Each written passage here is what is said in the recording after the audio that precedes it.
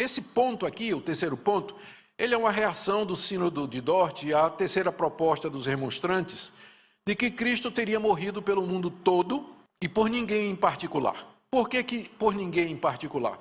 Porque se ele dissesse que Cristo morreu por cada pessoa individualmente e pagou na cruz do Calvário a culpa de cada pessoa, a consequência lógica é o universalismo. Porque Deus, sendo justo, ele não pode castigar o mesmo pecado duas vezes. Primeiro, ele castigou o seu pecado em Cristo, você não quis aceitar Jesus, você vai pagar o mesmo pecado no inferno. Então, é uma injustiça muito grande, né? Você está devendo alguma coisa, alguém vem, paga a sua dívida e depois você tem que pagar a dívida também. Então, sabendo disso, disseram, Cristo morreu pelo mundo todo para dar oportunidade aos pecadores que se arrependessem, mas ele não morreu especificamente por ninguém, a não ser, e a morte dele só vale para o pecador que se arrepende e muda e assim por diante, não é?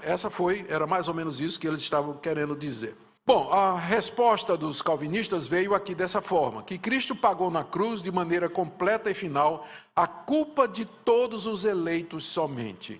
E aqui alguns teólogos não gostam da expressão limitada, eles preferem expiação eficaz. Por que chamam de expiação eficaz? Expiação, quer dizer, é um pagamento substitutivo, né? Vicário, você pagar no lugar de alguém, você expiou. Com X, né? Não é com S não. Você expiou o pecado de alguém, você pagou, termos vicários, o pecado de alguém, de forma que aquela pessoa está livre de culpa. Se você chama de expiação limitada, que o sacrifício de Cristo foi uma expiação limitada, você pode dar a ideia de que você está limitando o que Cristo fez. Por isso, alguns preferem eficaz, ou seja, todos aqueles por quem Cristo morreu serão efetivamente salvos. Nenhuma gota do sangue de Cristo foi derramada em vão. Então, mas porque a Bíblia tem passagens que dão a impressão de que Cristo morreu por todos, que a sua morte vale para todos. Então, em algumas passagens, o todos é fácil da gente resolver. Por exemplo, 1 Timóteo capítulo 2, né? Deus quer que todos sejam salvos. Quando você olha o contexto, você vê que todos ali significa homens de todas as vocações, os reis, os que estão em autoridade, os servos. O contexto mostra que o todos ali não é cada indivíduo, mas pessoas de todas as vocações, estilo de vida, enfim. Deus quer salvar judeus, gentios, pessoas que ocupam diferentes posições na vida. Então, em vários lugares, você pode pegar a palavra todos e ver, por exemplo, que se refere a judeus e gentios. Mas tem outros lugares que já fica um pouco mais complicado. E aí Agostinho, ele veio com essa proposta de que a morte de Cristo, o sacrifício dele, seria suficiente, potente suficiente, né?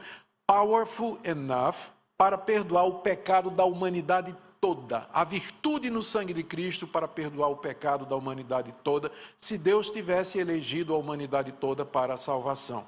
Mas é eficaz somente para os eleitos, porque só vai funcionar no caso deles. E aí a eficácia é completa.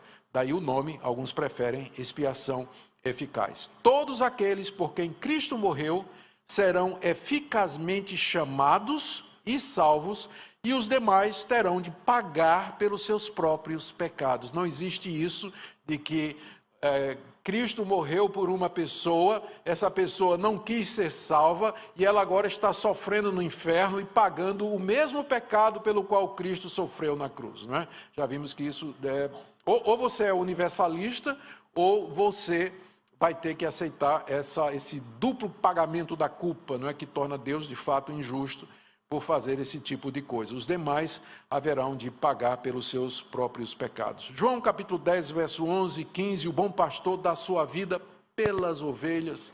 João 17, 9, não oro pelo mundo, mas por aqueles que me deste do mundo.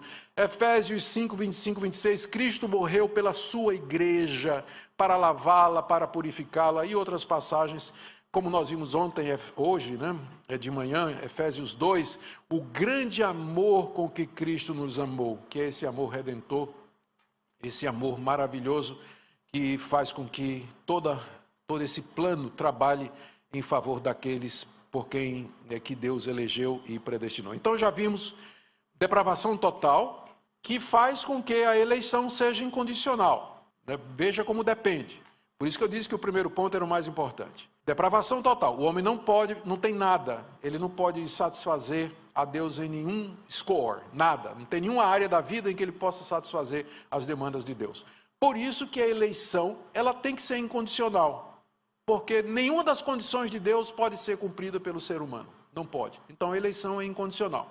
Como resultado, então, segue-se que a morte de Cristo, ela é eficaz somente para esses eleitos. Porque, de outra maneira, embora seja suficiente para salvar o mundo, não é?